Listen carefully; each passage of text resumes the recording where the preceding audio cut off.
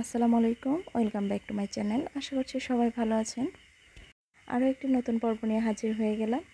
আজকের পর্বে থাকছে চিংড়ি ভুনা রেসিপি। আশা করছি ভিডিওটি সবার কাছে ভালো লাগবে লাইক, কমেন্ট এবং শেয়ার করতে ভুলবেন না, আর চ্যানেলটি সাবস্ক্রাইব করে পাশে থাকবেন। চলে যাচ্ছি মূল রেসিপিতে।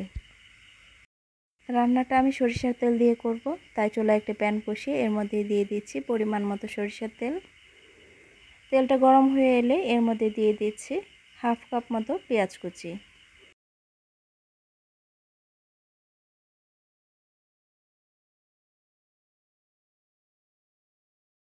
পেঁয়াজের মধ্যে যখন হালকা কিছুটা কালার চলে এসেছে, এ পর্যায়ে এর মধ্যে দিয়ে দিয়েছি সামান্য পরিমাণ পানি, যেন পেঁয়াজটা পুড়ে না যায়। এখন একটু নেড়েচেড়ে মিশিয়ে নিচ্ছি পানিটা। এবারে দিয়ে দিচ্ছি এর মধ্যে 1 চা চামচ হলুদ গুঁড়ো, 1 চা চামচ মরিচ গুঁড়ো, আর দিয়ে দিচ্ছি হাফ চা চামচ ধনিয়া গুঁড়ো, আর দিয়ে দিচ্ছি স্বাদ মতো লবণ। এবার সব কিছুকে একসঙ্গে খুব ভালোভাবে মিশিয়ে নিব। এখন মিডিয়াম আঁচে মশলাটা কষিয়ে নিব। মশলাটা কষানো হয়ে গেছে, উপরে যখন তেল ভেসে উঠেছে, এই পর্যায়ে এর মধ্যে দিয়ে দিচ্ছি চিংড়ি মাছ। এখন চিংড়ি মাছের সঙ্গে মশলাটাকে খুব ভালোভাবে মিশিয়ে নেব।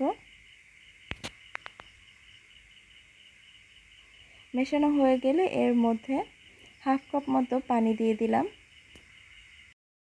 এখন এর মধ্যে দিয়ে দিচ্ছি ফালি করে রাখা কাঁচা এবং পাকা মরিচ। এখন ঢাকনা দিয়ে ঢেকে এটাকে মিডিয়াম আঁচে রান্না করে নিব। 1 মিনিটের মতো রান্না করার পর এটাকে ঢাকনাটা উঠিয়ে আবারও নেড়ে দিচ্ছি। নেড়ে চেড়ে আবারও ঢাকনা দিয়ে আরও 1 মিনিটের মতো রান্না করে নিব।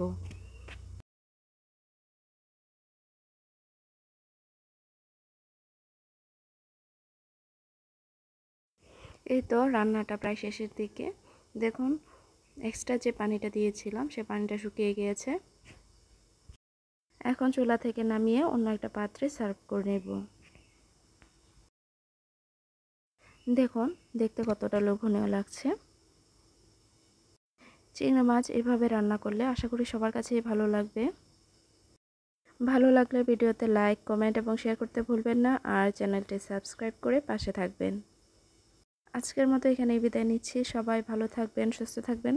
আল্লাহ হাফেজ।